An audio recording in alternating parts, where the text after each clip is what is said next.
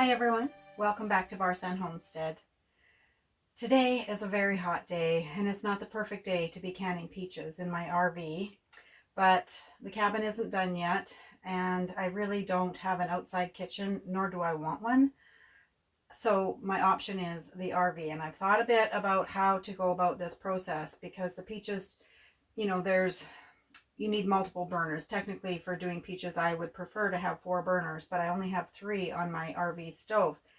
So I have opted to take and put all of my peaches in boiling water to get the skins off them. Normally I have a small pot to do that, but I'm going to double purpose the canner today. I'm going to fill it probably half full of water, get it boiling, and then dump multiple peaches in there, and then get them plunged into cold water, get them all peeled, and do all 40 pounds.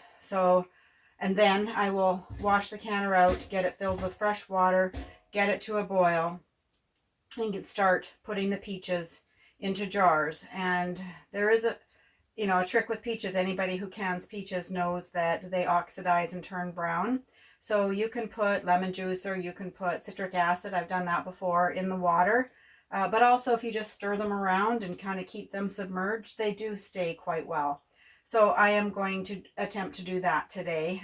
So I'm going to get them all peeled. But to start with, I don't like to have soap anywhere near the food after I've started. So I am going to be washing up 2 dozen jars, 2 dozen quart sealers. And I don't know if you know this trick. It's something I figured out a number of years ago, and that is when you have large quantities, and especially with peaches, because often I like to have 100 pounds on hand to see us through from season to season. We have some left over from years gone by, and I don't need I didn't need to buy and process 100 pounds. I needed to process probably 40 pounds. I probably don't even need quite that much, but that was my guesstimate of how much I needed. So what you just do is I have 40 pounds, and this jar holds approximately 2 pounds. A pint jar holds 1 pound, and that's all approximate measurements. But so if I have 40 pounds, then I know I need approximately 20 quart sealers because I'm doing quarts. If I was going to be doing pints, then I would need 20 pints. I would need 40 pints if I was doing the amount. So that's just something to keep in mind. So then now I know ahead of time, I'm going to wash 2 dozen jars. That gives me 4 extra jars just in case, for some reason the weights don't work out. And then I don't have to start washing with soap and water again once my sinks have peaches in them, because it's just safer that way for everything. So to start with, I have to wash my jars and get them. I like to put them in the oven at about 200, somewhere there. My RV doesn't go much less than 300, so I keep them at that for about 10 minutes at the 300, and then I'll turn them back down to the pilot light until I'm almost ready for them, and then I'll turn them back up so that they're good and hot. But what happens if you leave them too hot in your oven, like if you go above 200, it's really easy for your jars to split. With your putting the cold peaches in those super hot jars, they will just instantly crack and you will lose a jar and the peach that you've put in there. So it has just been trial and error for me to figure this out, and I just wanted to share my little tips that I have learned over the years. From there, once they're into the jars, we will add our syrup. I don't do a very heavy syrup. I mean, maybe it is compared to what some people do. Some people just put straight water in, hot water.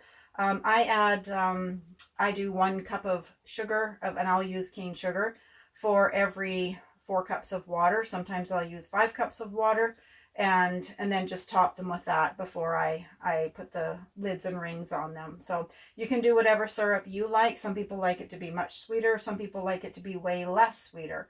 So the choice is yours. You can use honey, you can use cane sugar, you can use white sugar. Whatever your preference is, I prefer to use cane sugar. I've tried to stop using refined sugars as much as possible in our diet, and we both feel much better with that. When you're working in a small space like the RV, or even a tiny cramped kitchen, I highly recommend, from experience, I know this, is wash all your dishes, get your cupboards absolutely clean of any debris, and you want to leave as much room as possible to be able to work, and you don't need dirty dishes getting in your way. And so I have a few lunch dishes, plus I need to wash all 24 of my jars. They're clean, but I still like to go through and redo them, make sure everything is clean and sterilized. I will store them back in their boxes until I can get, and I'll fill my oven and then put the remainder back in the boxes, clean and dry. And then I will just continue. After I do one load in the canner, then I will top up my oven again, and that the canner has to go for 20-25 minutes, something like that, and that's plenty of time for my jars to sterilize, ready for the next batch. So that's just how I do it. Some people do things differently. I would love to know how you do it. This is what I've been doing for years and years, and it has worked exceptionally well. So to start with, I am just going to be getting the jars cleaned.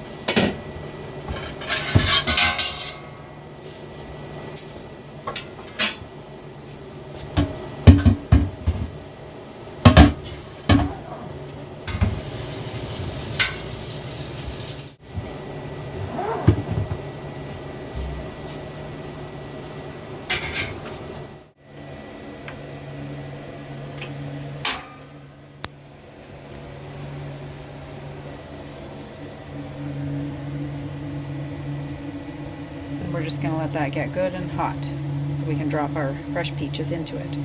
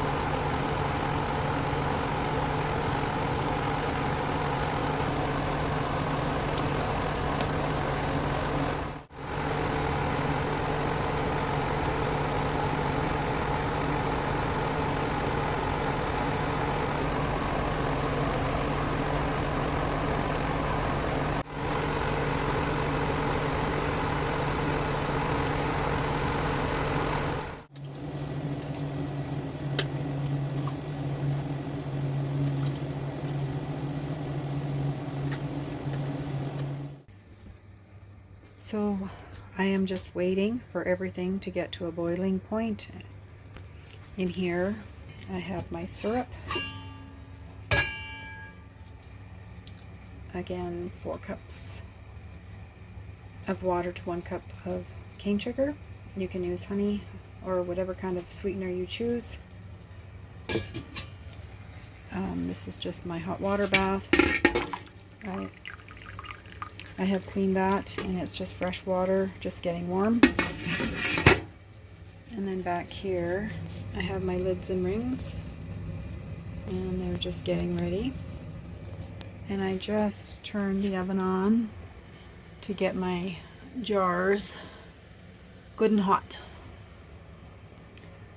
So this is going to take a few more minutes to get up to boiling temperature before I can get started. In the meantime, I'm just going to keep stirring my peaches so that they don't over oxidize.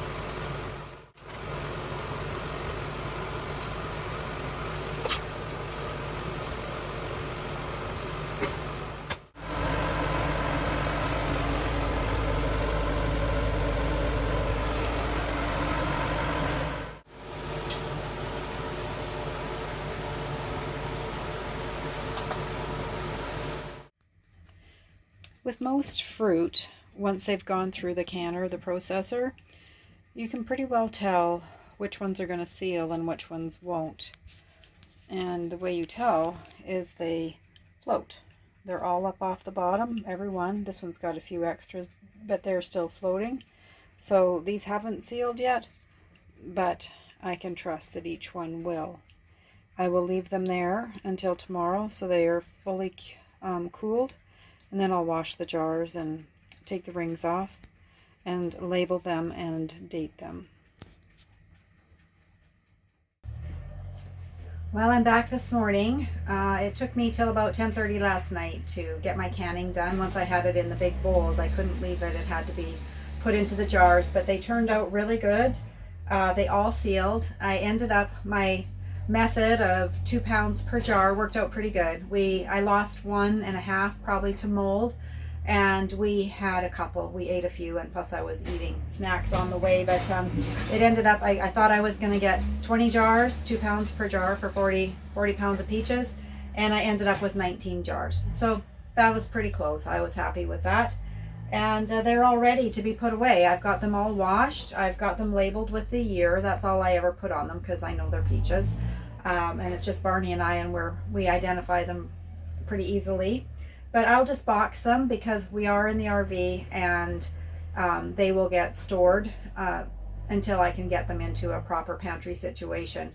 But would I ever can peaches in my RV again? The answer is no, I wouldn't. It was really risky. I felt that this wall, it became very hot. I couldn't hardly touch it.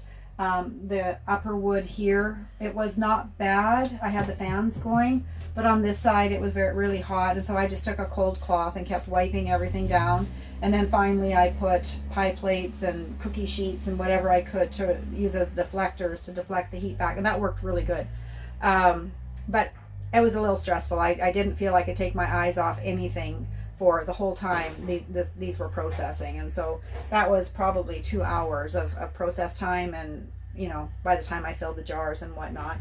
I did lose one jar, just it snapped as I took it out and set it on my cutting board. So I thought that was awesome. I didn't lose very many. Sometimes I don't lose any, but to lose only one was a blessing. Anyway, we're going to really enjoy these peaches this winter, and I'm looking forward to that. I can make some peach crisps or peach pie, or just have them on granola, or just eat them as they are. They're wonderful. Anyway, I hope you learned something from this video, and if you're canning in an RV, you can do some things, but not anything that's going to take a super long time. I would not recommend that unless you have some sort of fire retardant backing that you could put on there. And there's probably things you could get. I just know I won't do it in here again. I will wait till we're in the cabin and then start my canning at that point. Thanks for watching, and God bless you all. Bye-bye.